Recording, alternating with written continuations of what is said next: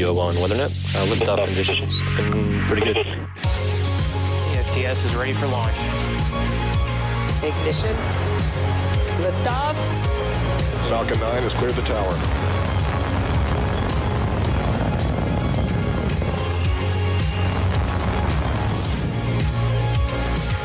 Ten, 9, 8. Side booster ignition. 6, 5, 4, 3, 2, 1.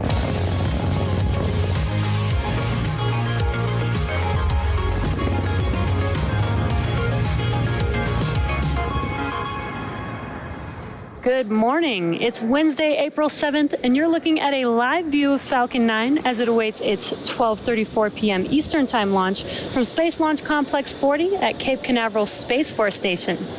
My name is Jesse Anderson, a lead manufacturing engineer here at SpaceX, joining you from our headquarters in Hawthorne, California. You're watching a live webcast for our 24th Starlink mission and our 10th mission of 2021, all on reflown boosters. Starlink is a satellite internet constellation designed and manufactured by SpaceX to provide high-speed, low-latency internet to people living in remote and rural locations around the globe. As the team continues to expand globally, we are also continuing to connect communities here in the United States. Just recently, the Nooksack Indian tribe became participants in the Starlink beta program. Located in Whatcom County in Washington state, most of the Nooksack tribal areas did not have the infrastructure to deliver high-speed internet to its residents.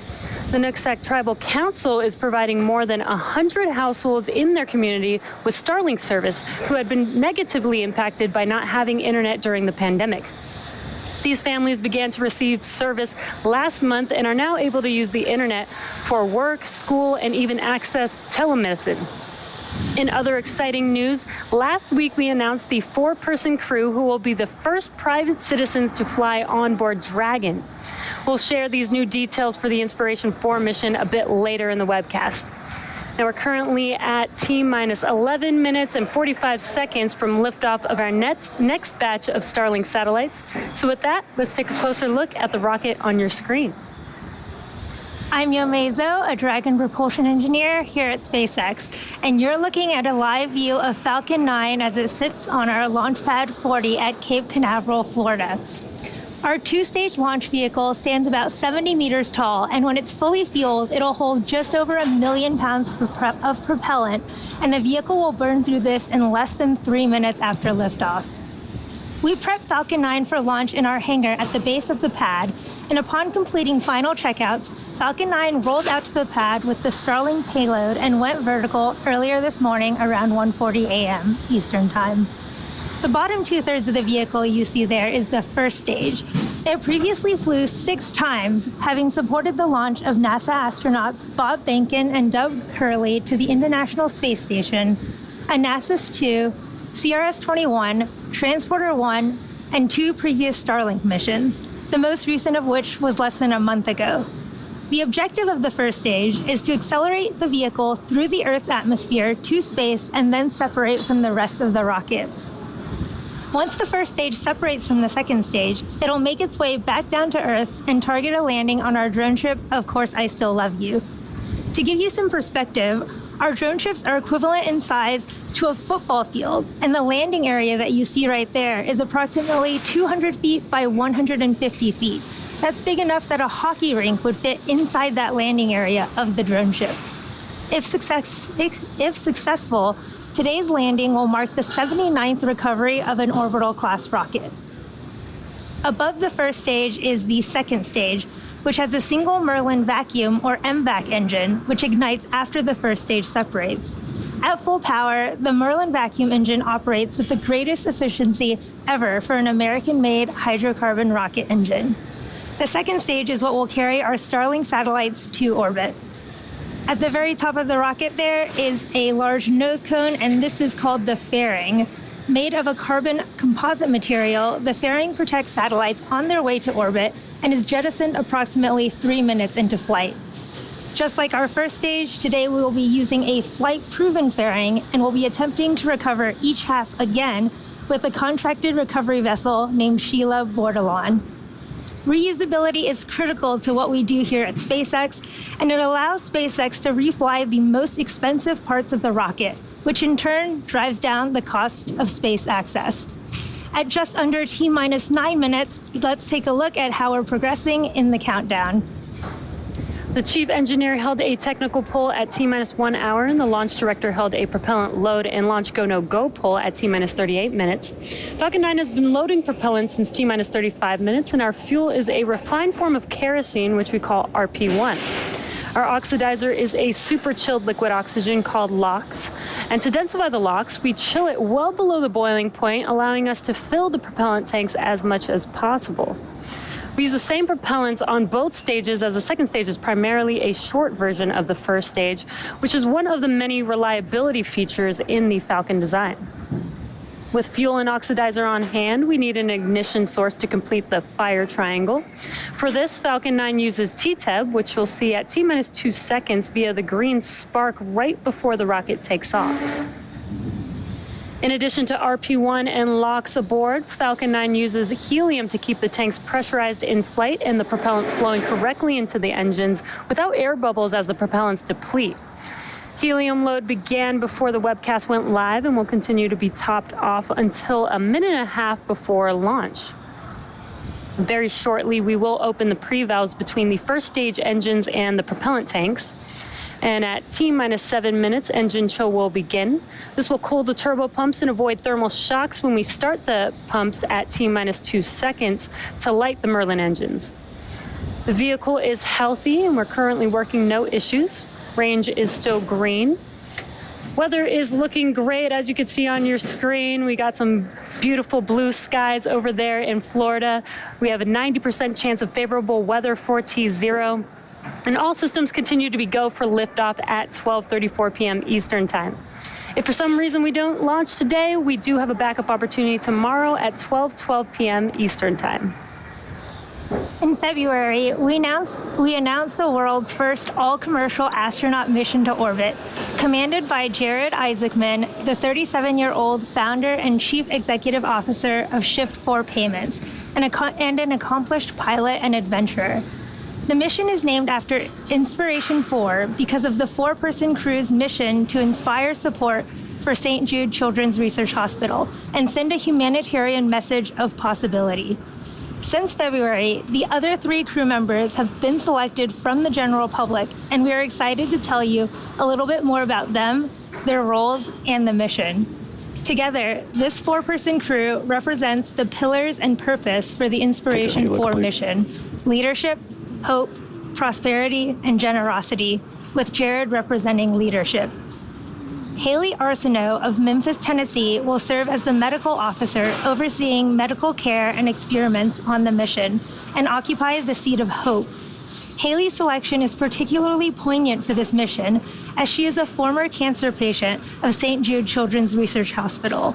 Now at 29 years old, she has become an inspiration to others at the hospital where she works as a physician's assistant. Dr. Cyan Proctor is a 51-year-old entrepreneur, educator, trained pilot, and active voice in the space exploration community. She was awarded the seat of prosperity after being selected as the top entrant of an independently judged online business competition conducted by the Shift4 Shop e-commerce platform. Dr. Proctor will serve as the mission pilot and back up the commander and support related needs throughout the mission.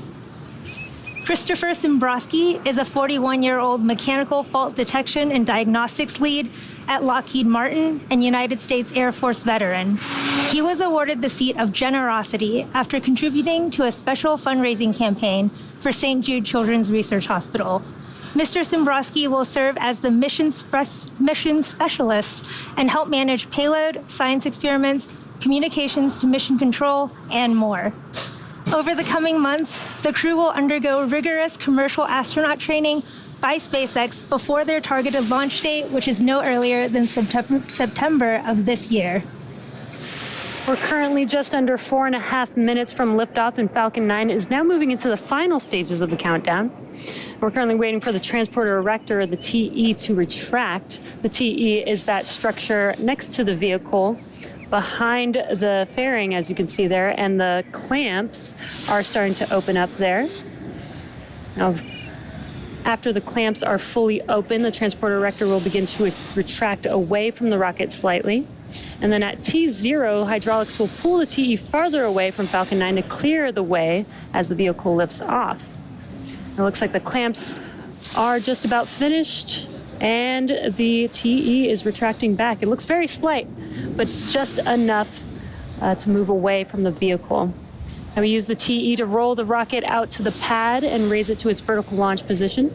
It also provides liquids, gases, electrical connections to the second stage, as well as air conditioning to the payload fairing. And it looks like that TE retraction is now complete.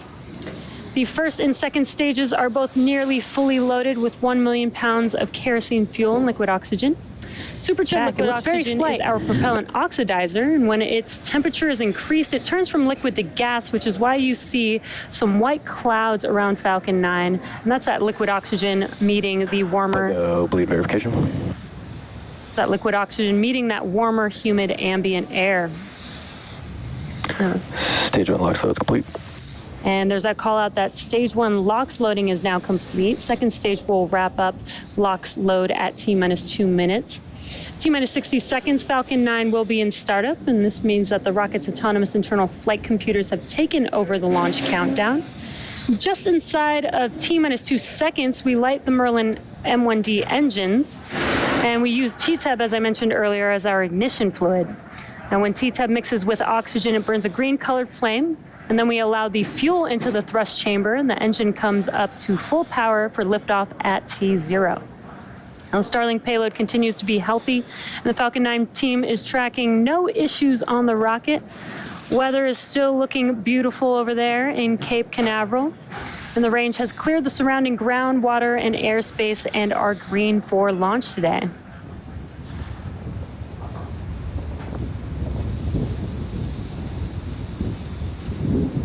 Just waiting for that call out for second stage.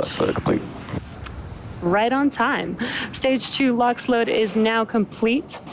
And with the completion of LOX load, we will start to vent out the LOX line on the transporter erector, so you'll see a lot more of that white cloud that I mentioned earlier. There you can see it on your screen. Again, this is just the liquid oxygen venting out of the LOX line on that transporter erector.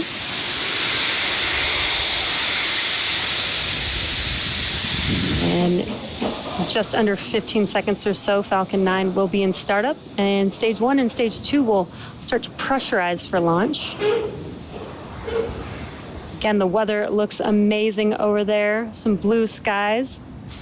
Great weather for a launch. Falcon 9 in startup. There's that call out that Falcon 9 is now in startup. Now we're just waiting on the final go for launch from the... Stage 2, press for flight. Waiting for the final go for launch from the launch director. Falcon 9, Starlink, LDs go for launch. And there it is. All systems are go for launch. T-minus 30 seconds. Now let's listen into the terminal count and watch as Falcon 9 takes our stack of Starlink satellites into space. Stage 1's startup pressures. T-minus 15 seconds. Falcon 9 is configured for flight. 10, 9, 8, 7, 6, 5, 4, 3, 2, 1, 0. Ignition and liftoff.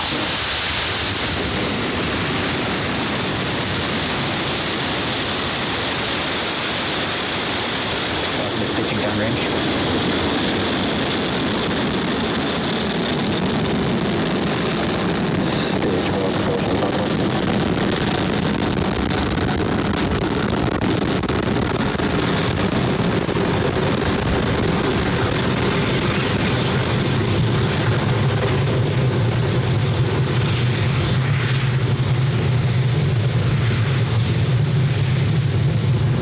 Falcon 9 has successfully lifted off from Cape Canaveral Space Force Station, carrying our stack of Starlink satellites to orbit. Nominal power and telemetry.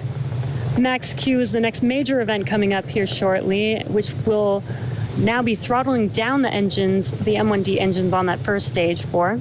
Max Q is the maximum aerodynamic pressure that the vehicle sees on ascent. Vehicle is supersonic. And the weather, again, is looking beautiful, clear skies with an amazing view of Falcon on ascent there. Max Q. There's that call out that we have passed through Max Q. So in about a minute, we'll have 3 events happening back to back. That'll be main engine cutoff, or MECO, followed by stage separation and SES1, or second engine start 1.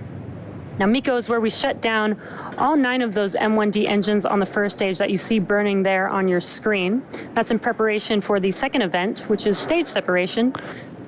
MVAC is chilling in. Just heard that call out that MVAC chillin' has begun. Now, stage separation is where the first stage separates from the second stage. And first stage will make its way back to Earth and attempt to land on our drone ship, Of Course I Still Love You, while stage 2 continues on its journey with the third event, second engine start 1. That's where we light up that MVAC engine, and it will propel the second stage along with the Starlink satellites to their targeted drop-off orbit. Just under 20 seconds or so away from those 3 events, that's MECO, stage separation, and SES1.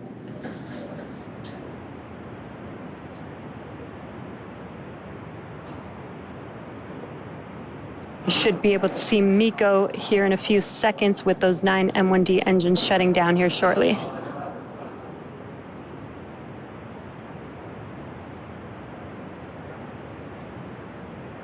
And MECO. Stage separation confirmed.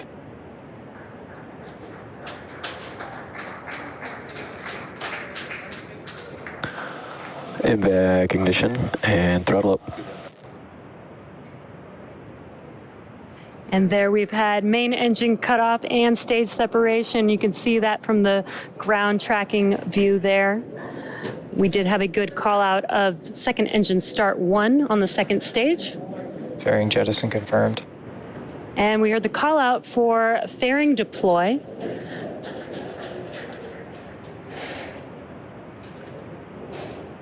And it looks like we don't have those onboard camera views, but we can still see the first and second stage on your screen there. Now, as a reminder, we will be attempting to recover the fairing halves today with our contracted recovery vessel named Sheila Bordelon.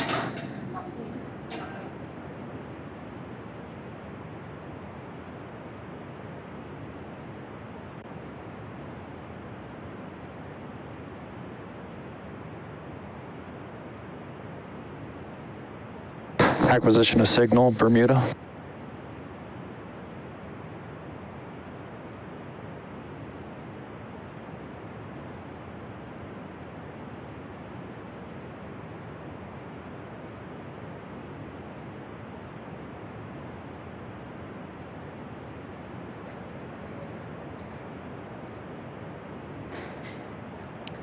And it does look like fairing separation was good. Now, as stage 2 takes our Starlink satellites to their targeted drop-off orbit, stage 1 will make its way back to Earth by executing 2 burns. The first is the entry burn. That's where 3 of the M1D engines will reignite. This helps to slow the stage down as it re-enters the upper part of the Earth's atmosphere. Now, the second burn is the landing burn, and this is the single engine burn that brings the vehicle speed down rapidly in order to land on the drone ship, and that is that center E9 engine, which is just powerful enough to slow the vehicle down to touchdown on that drone ship. Second stage is following the nominal trajectory. And we do hear that call out that second stage is looking nominal. Unfortunately, we do not currently have any onboard views of that second stage at the moment, but everything is still looking nominal so far.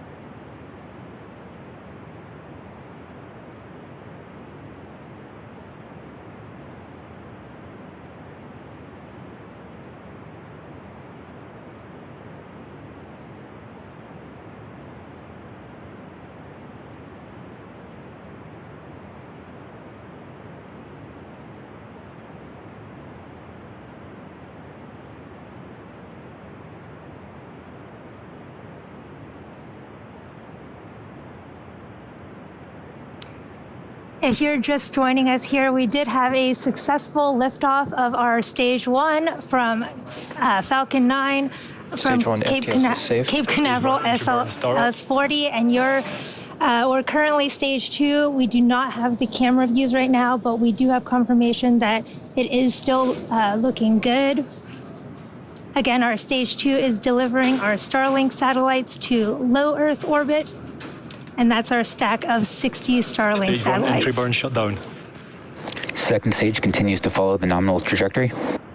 We just heard that call out that Stage 1 entry burn was successful, and there you can see we do have our Stage 2 camera view finally back, and it is looking good there with that MVAC nozzle glowing.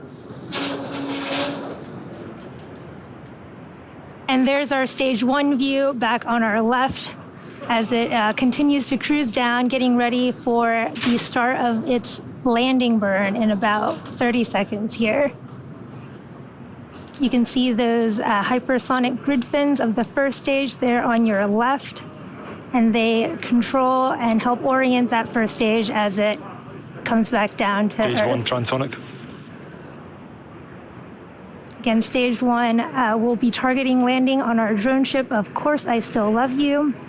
And right before landing, it will deploy 4 carbon fiber landing legs. Start of terminal guidance.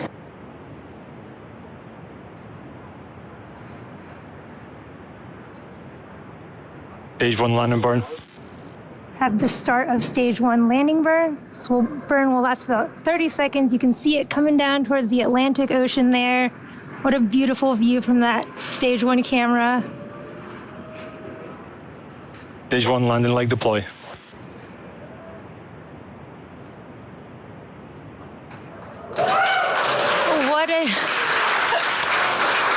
What an amazing view. Stage 1 landing confirmed.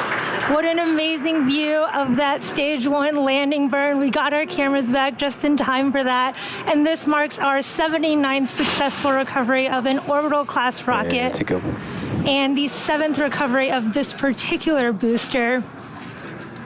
Expected loss of signal, Kate.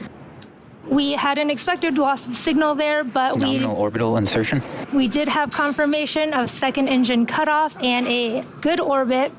And now Stage 2 is going to coast in this orbit for the next 35 minutes or so. And while that happens, take a look at this animation showcasing where we are in the coast phase, and we'll see you back here at T plus 45 minutes for second stage relight.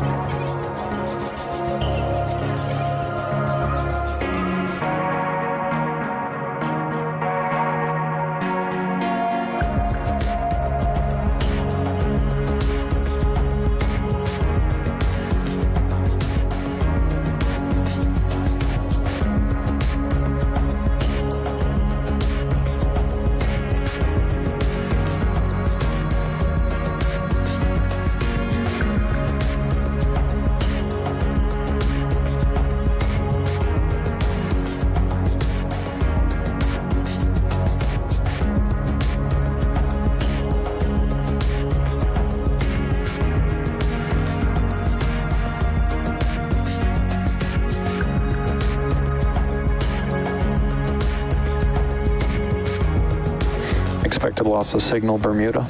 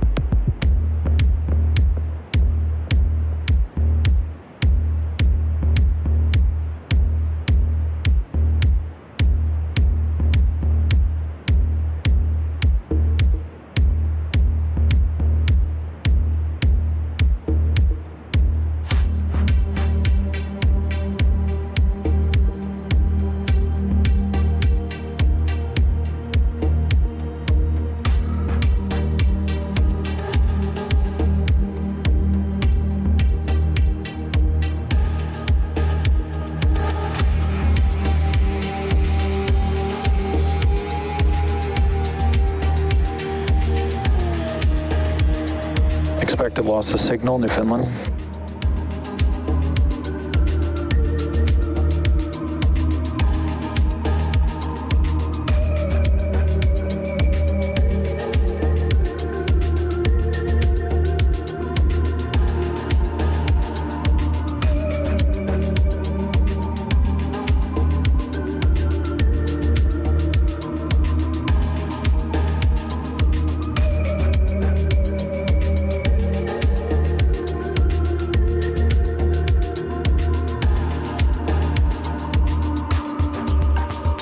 Acquisition of signal, Goonhilly, England.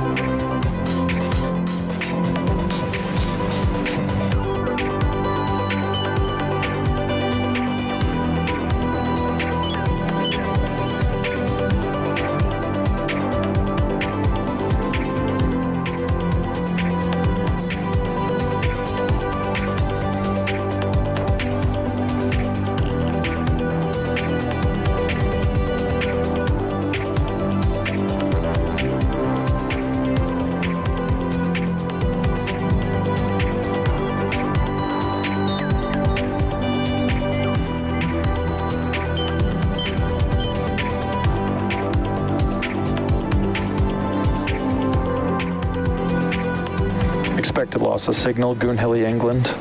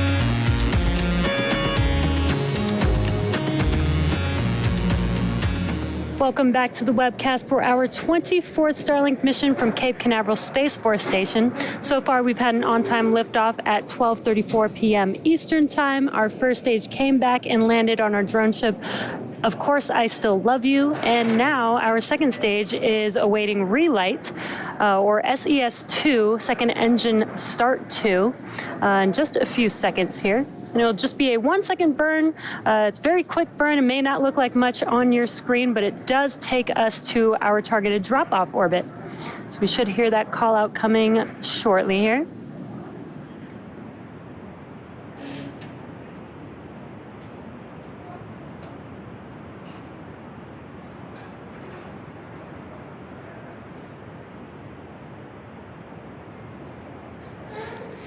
And there you saw it very quickly on your screen. We did get that green color flame. That's that T-Tab that I mentioned.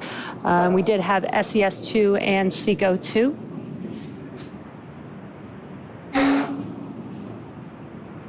Waiting for confirmation of good orbit. And we did confirm a good orbit. So again, our Starlink sats will ultimately end up in a LEO or low Earth orbit about 550 kilometers above the Earth's surface, which is different than your typical geostationary or geosat, which orbits roughly 36,000 kilometers above Earth. And we have another 15-minute coast phase before we deploy our next batch of Starlink satellites into orbit. And during this time, the spacecraft will start to spin along its central axis, giving the Starlink satellites the momentum that they need to space themselves out over time after they deploy. So while this happens, sit back and enjoy some more space jams. We'll see you back here at T+1 hour and 3 minutes.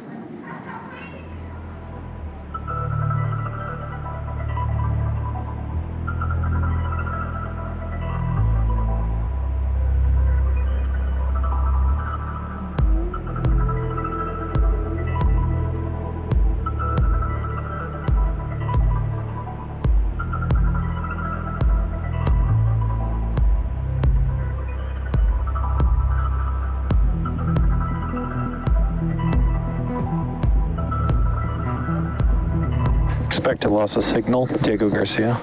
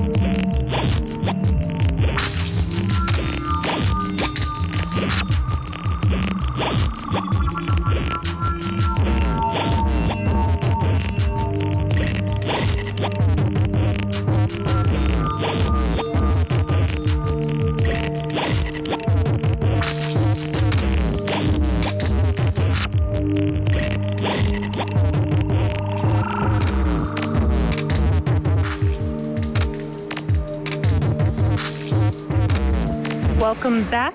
If you're just now joining us, we had an on-time liftoff at 12:34 p.m. Eastern Time. Our first stage booster had a successful 7th flight, as well as landed for its 7th time and the 79th recovery overall. Stage 2 completed its 2 burns to enable reaching the targeted drop-off orbit, and now we are coming up on the deployment of our Starlink satellites here shortly.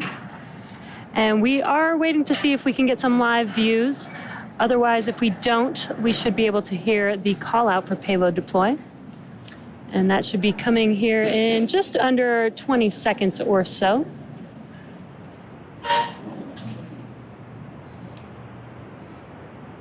And again, our second stage was spinning in preparation for the deployment of these Starlink satellites, and that gives them some momentum to spread themselves out over time after they deploy.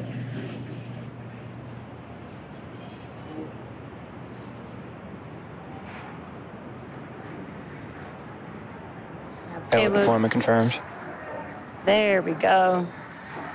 There's that call out, and we do have a visual of those Starlink satellites drifting away from second stage out in space. Now again, this is their drop-off orbit. So shortly, they will deploy their solar array, and over the next few days and weeks, they will distance themselves from each other and use their onboard ion thrusters to make their way to their operational orbit. And with that, that brings our webcast to a close. Thank you to the Range and FAA for supporting today's mission. If you're interested in Starlink service, head over to starlink.com and sign up. And as always, thanks for joining us and have a great afternoon.